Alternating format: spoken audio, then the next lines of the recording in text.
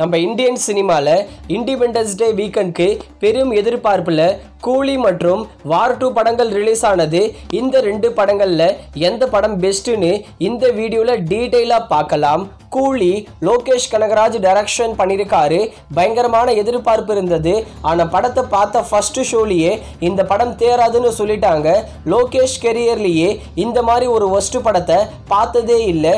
Lokesh கெரியரில் worst மூவினா அது கூலி படம் தான். அதே மாதிரி வார் 2 அயன் முகர்ஜி டைரக்ஷனில் ஜூனியர் என்டிஆர் மற்றும் ரித்திக் ரோஷன் சேர்ந்து நடிச்சிருக்கிற படம்.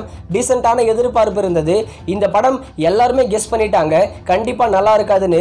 அதே மாதிரி தான் இருந்தது. ரித்திக் ரோஷன் பெர்ஃபார்மன்ஸ் தவிர மற்றபடி இந்த படத்தில் சொல்கிறதுக்கு ஒன்றுமே இல்லை. இந்த படமும் நெகட்டிவ் ரெஸ்பான்ஸ் தான் ஃபுல் அண்ட் ஃபுல் வந்துட்டே இருக்குது. இந்த 2 படங்களை கம்பேர் பண்ணும்போது கூலி படம் ஓகேன்னே சொல்லலாம். கூலி படமும் ஃபஸ்ட்டு தான். ஆனால் வார் 2 கம்பேர் பண்ணும்போது கூலி பரவாயில்லை.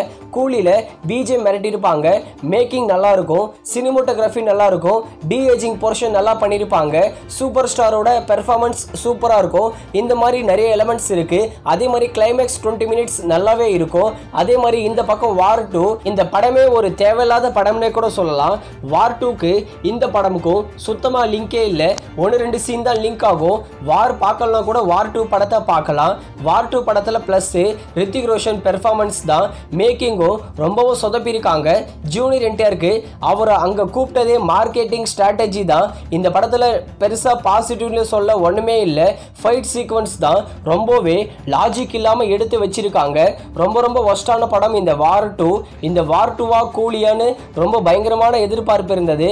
ஆனால் ரெண்டுமே ஒன்றுக்கு ஒன்று சலிச்சது இல்லை. ஆனால் ரெண்டுத்தில் கம்பேர் பண்ணும்போது கூலி ஓகேன்னே சொல்லலாம். கண்டிப்பாக இந்த 2 படங்களும் 1000 கோடியை தாண்ட போகிறதே இல்லை. இந்த 2025ல் 1000 கோடின்றது வரப்போறது இல்லை.